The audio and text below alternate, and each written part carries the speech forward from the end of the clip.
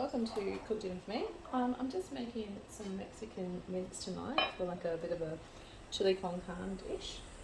Mixing it up well.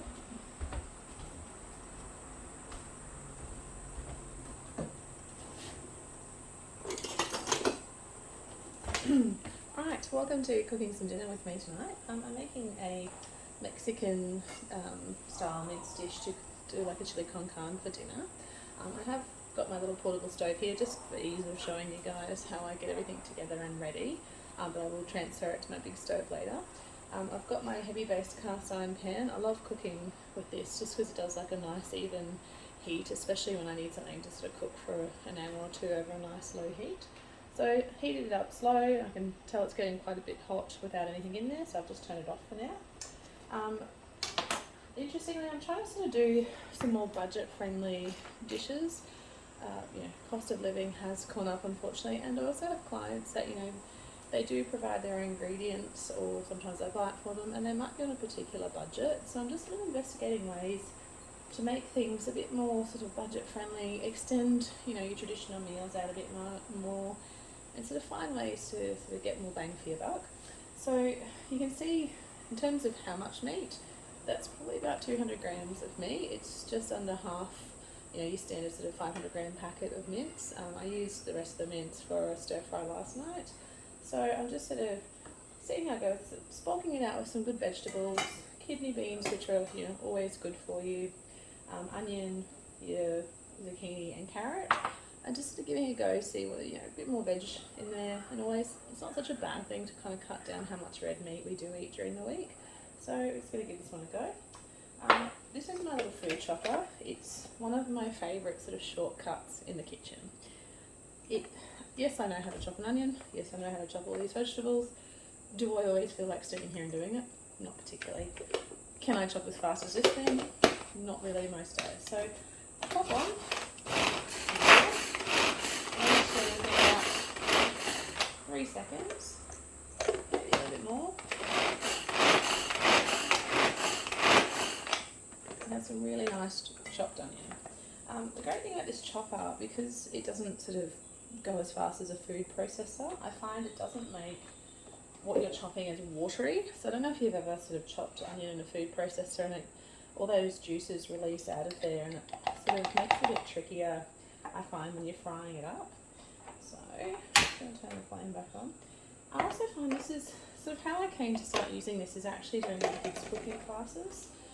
I'm all for kids learning how to use knives properly, being confident with a knife in the kitchen and everything.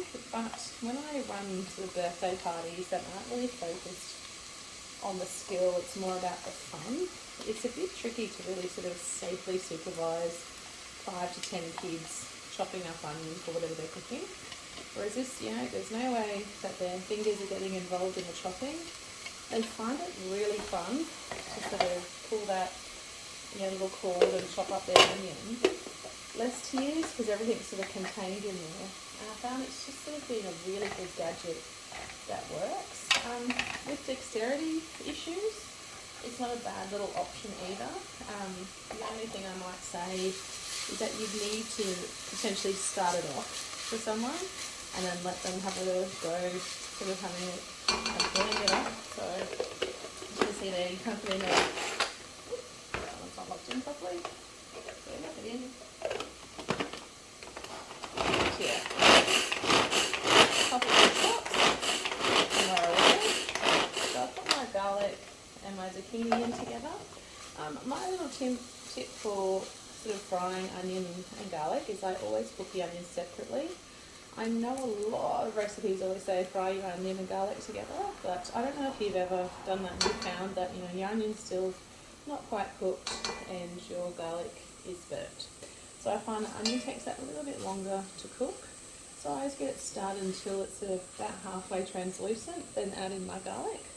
But in this case it's going in with my zucchini anyway, just to sort of help get those nice flavours in there. So I'm going to give that a nice little stir and let that keep cooking. Now, another little thing I have that's a bit budget friendly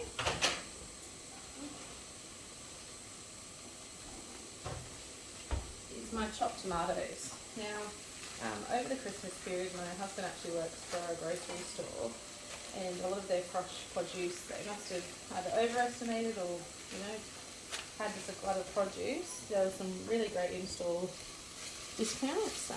Tomatoes were one of them. So I asked him to grab, quite a few kilos of them. I couldn't make it into a salad and cook it. I just wanted them in the freezer and done as chopped tomatoes. So I just chopped them in my food processor, gave them a blitz, froze them, good to go. And now, I've got nice fresh chopped tomatoes to chuck into some dishes, and you know what's in there. Much cheaper than your tin of tomatoes, and a great way to sort of help. I don't want to say help supermarkets, but I guess help reduce food waste too, because I sometimes find when you see things on special and they're a great price and something's going to happen to them, I always like to think of ways that we can sort of salvage those older produce and get them into dishes and just try and stop a lot of it going to waste. So, it's like when you sort of puree up your soft berries and put them in the freezer, for a smoothie or, a sauce or something in the future. Same with tomatoes. If you don't want to cook them, if you don't want to jar them, just blitz them up and chuck them in, and then you'll have your really nice chopped tomatoes ready to go. So I've popped the garlic and zucchini in there. So I'm going to give that a nice good stir.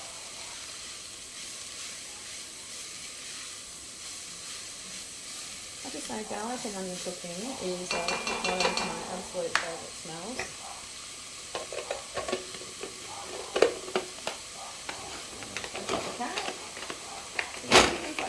Sometimes take a good few spoonfuls.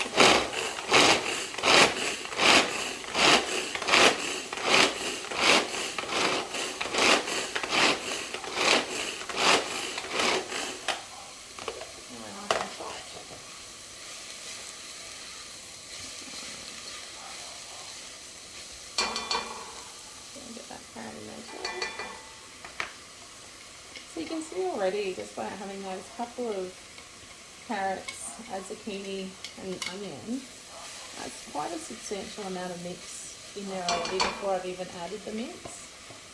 So in terms of sort of really helping bulk it out, that's gone a long way to help.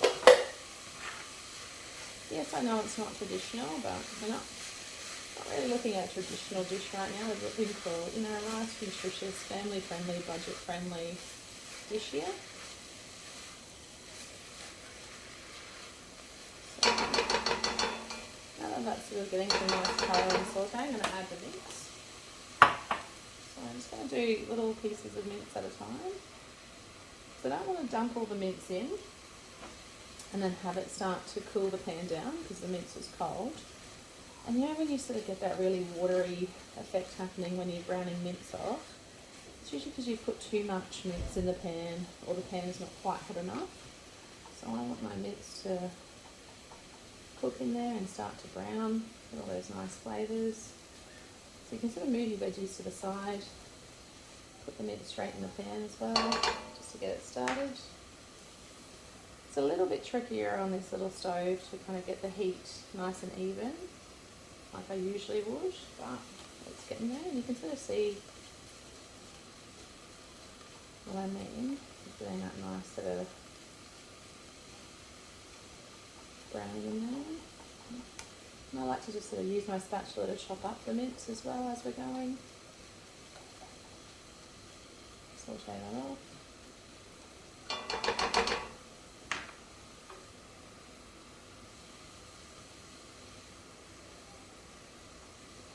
That's the thing, like I know it can be really tempting, when you're making a bolognese or a mince dish or something where you've got to brown the mince, just to like chuck that whole container in the pan and let it go, but I can tell you it's worth that little bit of extra time just to put those little pieces in at a time and get that colour and get it all really nicely and evenly cooked.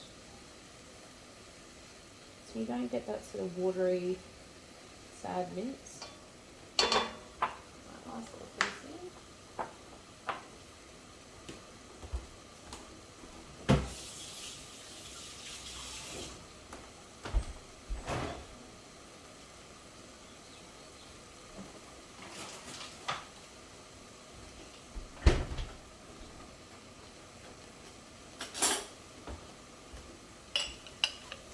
One thing I did forget to have on the bench was a little bit of tomato paste. So, let that start to brown and get some beautiful colour.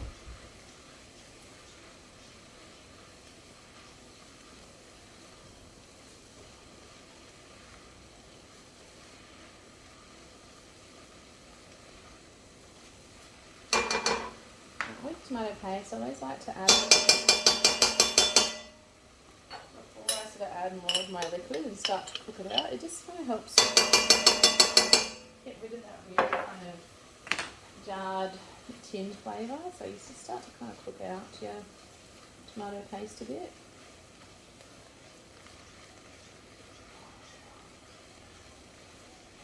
It's looking really nice there.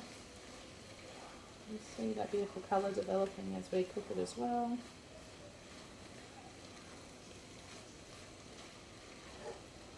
Now I do use it's an Australian brand Mingle. I really like their spice mixes because there's not a lot of salt in there. It really annoys me when you buy seasoning mixes over 50% salt with a little bit of spices.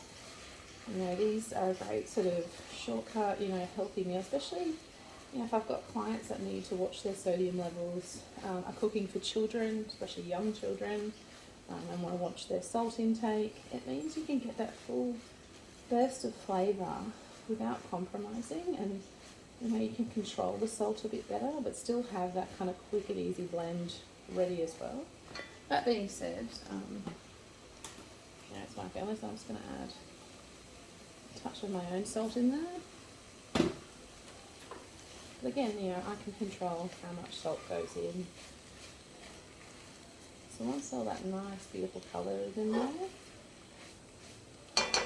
and you can see, in terms of quantity, with all that veg in there, yes, I know you probably taste that there's going to be more veg than mince, but I think too, that's a very decent amount of sauce we have going on.